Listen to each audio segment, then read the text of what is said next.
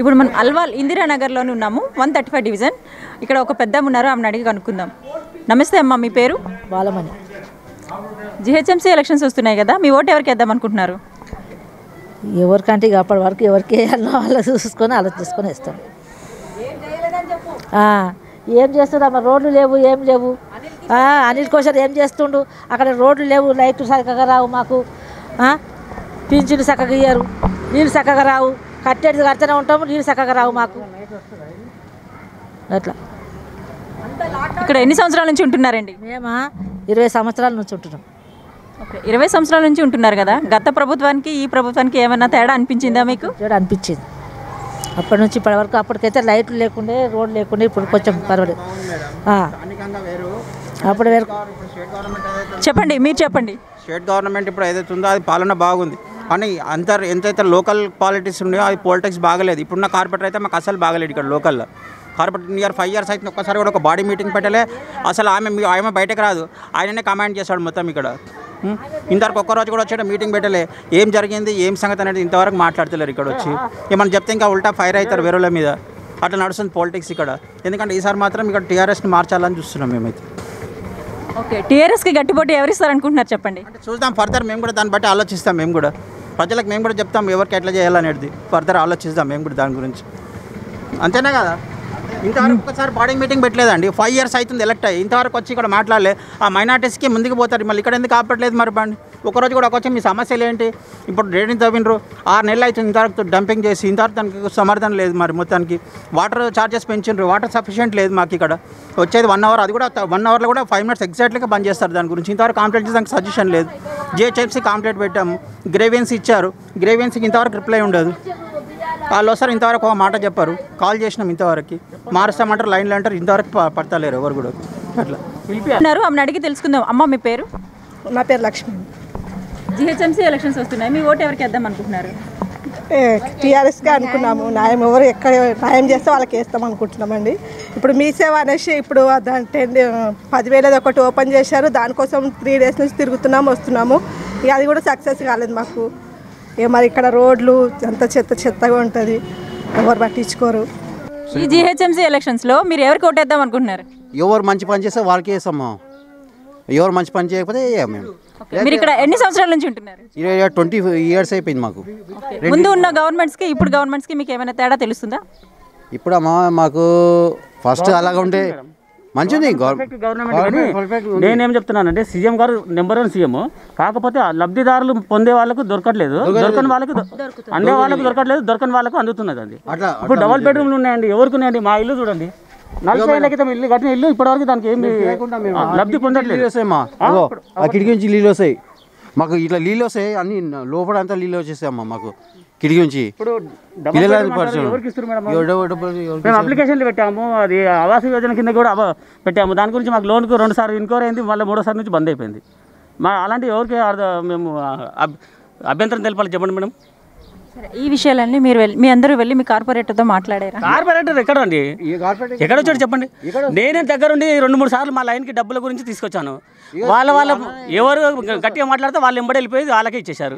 ఇప్పుడు ఎవరికి ప్రాబ్లం చెప్పు? వాళ్ళైతే దొరికిన వాళ్ళైతే సంతోషంగా ఉన్నారు, దొరికిన వాళ్ళైతే ఇట్లా ఆవేదన వ్యక్తం చేస్తుంటారు. ఇగో చూడండి, మీరే చూడండి, ప్రతి ఒక్క ఆడవాళ్ళు అదే ప్రాబ్లం ఉన్నారు. ఈ 3 రోజులు తిరుగుతున్నాం. అడిగి తెలుసుకుందాం. నమస్తే అమ్మా, మీ పేరు?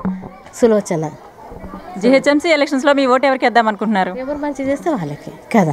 ఎవరు మంచి ఏం చేయలేదు, ఎక్కడ కచ్చరు అక్కడ ఎవరు రారు చేయరు. కరోనా వచ్చింది అప్పటి నుంచి కూడా గల్లీకి ఎవరు వచ్చి శుభ్రం చేయలేదు, నీళ్ళు వాటర్ రాలేదంటే రారు. మా ఇల్లు మొన్న 1 వారం రోజులు పడ్డది కదా వర్షం, పూర్తి లోపటంతా వచ్చి గోడలన్నీ పాడైపోయినాయి, ఎవరు పట్టించుకుంటలేరు. చేస్తామంటే గచ్చన అయిపోతున్నారు.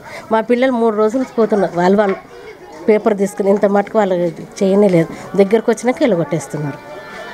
మళ్ళీ ఇంకేం చెప్పాలి మేడం, మీరే చెప్పండి కదా. ఇంతే. ఓకే, నమస్తే అండి, మీ పేరు? బాలయ్య, గోవిందగోపాల బాలయ్య. ఇక్కడ ఎన్ని సంవత్సరాల నుంచి ఉంటున్నారండి? Nearly 30 years. జిహెచ్ఎంసీ ఎలక్షన్స్ వస్తున్నాయి కదా, మీ ఓటు ఎవరికి వేద్దాం అనుకుంటున్నారండి? అది ఎవరు మేలు చేస్తే వాళ్ళకి వేస్తారు, ఎవరు మేలు చేస్తే వాళ్ళకి వేస్తారండి. ఓకే, మొన్న ఫ్లడ్స్ వచ్చినాయి కదా, మీకు ఎట్లాంటి సహాయం అందిందండి గవర్నమెంట్ నుంచి? మాకేం అందలేదు. మీ యొక్క సమస్యలను ఏమైనా చెప్పినప్పుడు వాళ్ళు ఎట్లా స్పందిస్తారండి మీ లోకల్? మా దగ్గర వచ్చి మాట్లాడితే మేము సమస్యలు చెప్తాం. అంటే మన సమస్యలు చెప్పడానికి మనం కూడా వెళ్తూ ఉండాలి కదండి. అది ఎట్లా పోతారండి?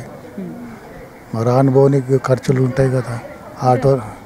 మీ లోకల్లో మీ కార్పొరేటర్ ఉంటారు కదండి, మీ సమస్యలు చెప్పినప్పుడు వాళ్ళు ఎలా స్పందిస్తారు? మేము వాళ్ళకి చెప్పలేదు, మేము వాళ్ళ సమస్యలు మాకు చెప్పలేదు.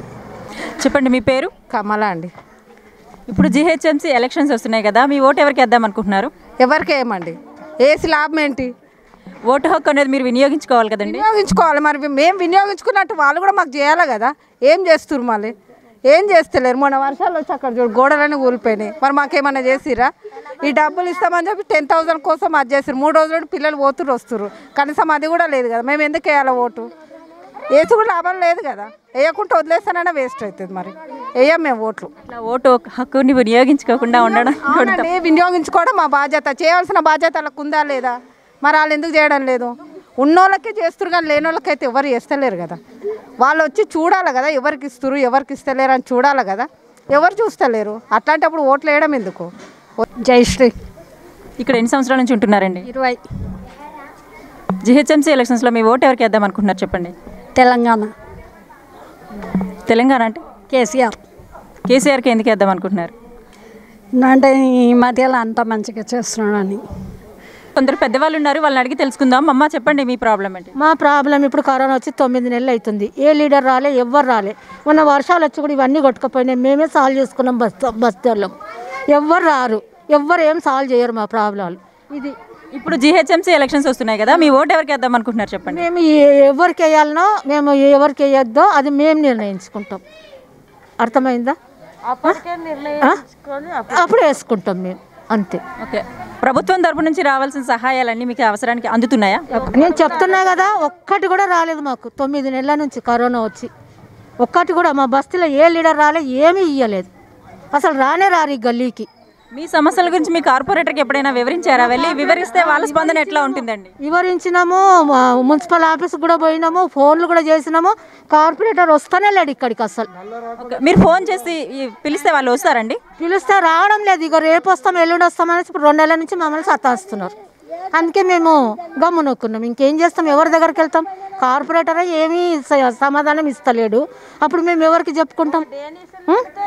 ఏ వచ్చినా మేమే సాల్వ్ చేసుకుంటాం. వీళ్ళ లైన్లో ఏవి సరిగా రావు. ఇప్పుడు మేము వచ్చి 40 సంవత్సరాలు, ఇవన్నీ కాలేదు. గుడిసెలలో కూడా ఉన్నాం మేము. ఇంతవరకు మాకు ఏది లేదు, మంచి లేదు చెడు లేదు. ఏ ఆపద వచ్చినా ఎవరు ఆదుకోరు. 10 మంది పెద్దవాళ్ళు ఉన్నారు, వాళ్ళని అడిగి తెలుసుకుందాం. నమస్తే అండి, మీ పేరు? నమస్కారం. జీవన్ నారాయణ అండి. జీవన్. ఓకే, ఇక్కడ ఎన్ని సంవత్సరాల నుంచి ఉంటున్నారండి మీరు? నియర్లీ అబౌట్ 25 years 30 years దాకా ఉన్నాము. ఇప్పుడైతే జిహెచ్ఎంసీ ఎలక్షన్స్ నోటిఫికేషన్ వచ్చింది, మీ ఓటు ఎవరికి వేద్దాం అనుకుంటున్నారు? ఏంది మాకు అసలు ఇక్కడ అంటున్నాగా ఎవరు సాయం చేస్తారని ఇప్పుడు చూస్తుంది కదండి. మీరు కూడా కాలనీ కూడా మొత్తం వాటర్ అంతా ఇదే అయిపోయింది సార్. మాకు అసలు ఎవరు సాయం చేసే వాళ్ళకి ఇక్కడ ఇవ్వలేదు. ఇక్కడ ఏమైనా కూడా అడగటట్టు కూడా ఇవ్వలేదు. మీ సమస్యల గురించి మీ కార్పొరేటర్తో మీరు వెళ్ళి వివరించినప్పుడు వాళ్ళ స్పందన ఎట్లా ఉంటుందండి? వాళ్ళు వస్తే కదా మేము అంటే మేము మాట్లాడడానికి, వాళ్ళు రాలేదు కదా. అంటే మీ సమస్యను మీరు వెళ్ళి వివరించినప్పుడు వాళ్ళు ఎట్లా స్పందించలేదా? అంటే వాళ్ళు ఇప్పటిదాకా వాళ్ళు రాలేదు, మేము మాట్లాడలేదు కూడా. మేము అట్లా అలా అంటున్నాము. నాకేం లేదు. ఓకే అండి, చెప్పండి మీ పేరు? మరియా మేడం. ఇక్కడ ఎన్ని సంవత్సరాల నుంచి ఉంటున్నారండి? చాలా సంవత్సరాల నుంచి ఉన్నామండి. జిహెచ్ఎంసీ ఎలక్షన్స్ నోటిఫికేషన్ వచ్చింది కదా, మీ ఓటు ఎవరికి వేద్దాం అనుకుంటున్నారు? మేము కేసీఆర్కి వేస్తామండి. కేసీఆర్కి ఎందుకు వేద్దాం అనుకుంటున్నారు చెప్పండి? ఎందుకంటే హెల్ప్ చేస్తున్నారు కాబట్టి వేస్తాం అనుకున్నాం. ఇక ఈసారి అయితే డౌటే ఉంది. ఎందుకంటే ఈ 10,000 సంగతి అందరి ఇంటి దాకా వచ్చి ఇచ్చి ఉన్న వాళ్ళకి, పింఛన్ ఉన్న వాళ్ళకి అందరికీ 3 పింఛన్లు వస్తున్నాయి. వాళ్ళకి మిలిటరీ పింఛన్ అని, నెల పింఛన్ అని, వాళ్ళకి సొంత ఇండ్లు ఉన్నాయి. అన్ని విధాల సవలతు ఉన్న వాళ్ళకి ఇంటి దాకా వచ్చి ఇచ్చి వెళ్తున్నారు. మాలాంటి పేదవాళ్ళకి ఇలాంటి లాక్డౌన్ టైం నుంచి మాకు పనులు లేవు. ఇంట్లో భార్య భర్తలకి ఇద్దరికి పనులు లేవు. పెయింట్ పని చేసుకున్న వాళ్ళకి కాలు ఇరిగి మా ఆయన ఇంట్లో 6 నెలల నుంచి ఇంట్లో ఉన్నాడు. పొద్దున్న 4 గంటలకు అని వెళ్ళి అక్కడ కూర్చొని ఉంటే ఇప్పటిదాకా కూర్చోబెట్టి ఏం లేదని పంపించేసినారు. మా సొంటి పరిస్థితి వాళ్ళకి మాకు ఇవ్వకుండా పోయినారు పేదవాళ్ళకి. ఇప్పుడు మేము ఎవరికి చెప్పుకుంటాం? వేసంటే ఇట్లా చేస్తే కష్టం వస్తే ఎవరికి చెప్పుకోవాలి మేము? అదే ఈసారి అనుమానంగానే ఉంది, వేయాలన్నా వద్దని మనసు బాధగా ఉంది. మీ ప్రాబ్లమ్స్ మీరు వెళ్ళి మీ కార్పొరేటర్తో చెప్పినప్పుడు వాళ్ళ స్పందన ఎట్లా ఉందండి? వాళ్ళు ఏమన్నారు? లేదు చేస్తాము, ఎట్లాగన్నా మీకు ఈసారి అయిపోతుంది, వీళ్ళ పొద్దున వస్తే అక్కడికి వస్తే మీకు మీ డబ్బులు మీకు దొరుకుతాయని చెప్పినారు. అట్లా అని పొద్దున్న 4 గంటలకు వెళ్ళినాం. ఇంతవరకు దాకా తినలేదు, ఏం లేదు. ఇంతవరకు దాకా లైన్లో ఉండి వస్తే ఏం లేదు ఇప్పుడు అనేసి 4వ తారీఖు అని చెప్పి పంపించేసినారు. మీ ఓటు ఎవరికి ఇస్తారు ఎలక్షన్స్లో చెప్పండి? కేసీఆర్కే మేడం. కేసీఆర్కే ఎందుకు వేస్తారండి? అంటే మంచిగా చేస్తాం కదా మేడం, అందరికీ ప్రజలకు మంచిగా చేస్తాం కాబట్టి చేస్తున్నాం. ఇప్పుడు నాకు ఇది హ్యాండిక్యాప్ కాబట్టి అందరికీ ఇక్కడ డబ్బులు అందరికీ వచ్చినాయని చెప్పి నేను పోయి 9 గంటలు నిలబడి ఇక్కడ ఒక పెద్ద ఉన్నారు, ఆమెను అడిగి తెలుసుకుందాం. అమ్మ చెప్పండి మీ పేరు? ఈ లక్ష్మబాయి. జిహెచ్ఎంసీ ఎలక్షన్స్ వస్తున్నాయి కదా, మీ ఓటు ఎవరికి వేద్దాం అనుకుంటున్నారు? మేము ఈసారి ఎవరికి వేయమనుకుంటున్నాం. మాకేం సౌకర్యం లేదు ఇక్కడ.